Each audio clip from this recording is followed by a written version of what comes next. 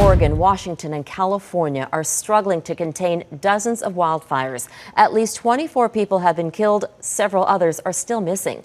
The unprecedented fires are being fueled by hot, dry temperatures. And as Jennifer Johnson explains, the weather isn't letting up anytime soon. From Washington state to the U.S.-Mexico border, the western part of America is ablaze. Hundreds of out-of-control wildfires are scorching California, Oregon, and Washington. Over 500,000 people in Oregon have been ordered to evacuate their homes, 10% of the population, an unprecedented number.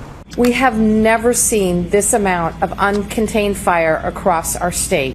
Drone footage shows the eerie devastation in some Oregon communities. Residents had little time to get out when the Alameda fire came raging in. Everything was gone. I only managed to grab my family and my dog, and it's awful. In California, 6 of the state's largest wildfires have occurred this fire season.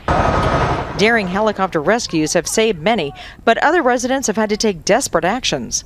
8 of us had to go down to the end of our road, go into the sand and get down in the water to avoid the fire. Twice this week, some California firefighters had to deploy emergency shelters like these after being surrounded by flames. We're in the midst of a climate crisis.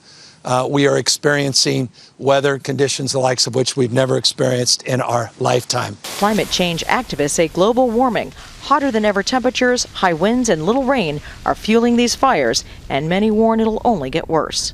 People tweet the photographs of what San Francisco looked like yesterday and say, oh, 2020, could you get any worse? As if once we're in 2021, these kinds of disasters are going to stop happening. San Francisco, which had been aglow in orange, is seeing slightly better air quality as winds die down a bit. It's been really difficult. But further up north, winds are increasing, accelerating flames and more destruction. Jennifer Johnson, Global News. You're watching Global National. The NFL kicked off its season last night, but the backdrop to the game was much more than football. For years, the league has wrestled with racial injustice and the freedom its players have to express themselves. Now, confronting both America's racial divide and COVID-19, the NFL is back in the spotlight.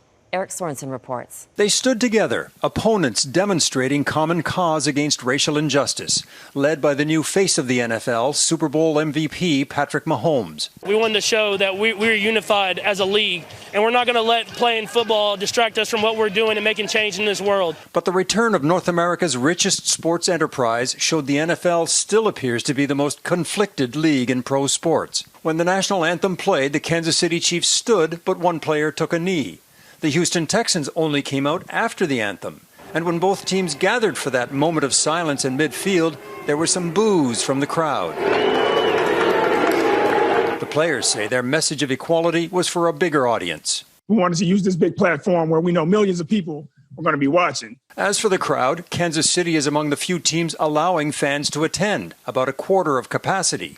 Spacing for tailgate parties, distancing in the stands, and the masks, all signs one more sport is taking on COVID-19. It's a unique year, and we're all aware of it. We trust the protocol. But taking on racial injustice remains a particular challenge in pro football. Most players are black, yet league executives and owners are overwhelmingly white. Get that son of a off the field right now. Prodded by President Donald Trump, the NFL for a long time shunned the movement started by quarterback Colin Kaepernick, who first took a knee to call attention to police brutality toward black people. If I was George Floyd. But in the wake of the death of George Floyd, pro athletes led by the NBA took a stand, postponing games to protest racial inequality. And as NFL players unified to take up the cause, that anything is possible. The league, with videos like this, seemed to recognize the need to get in step with its players and changing society. Sports has been a big part of social change through the years. I think the league acknowledged that it failed. They had to come out and essentially issue a mea culpa and try to be better this time around. For many Americans, it's exciting just to have football again to distract from the pandemic. But finding a unified voice on racial equality is a game still in progress. Eric Sorensen, Global News, Toronto.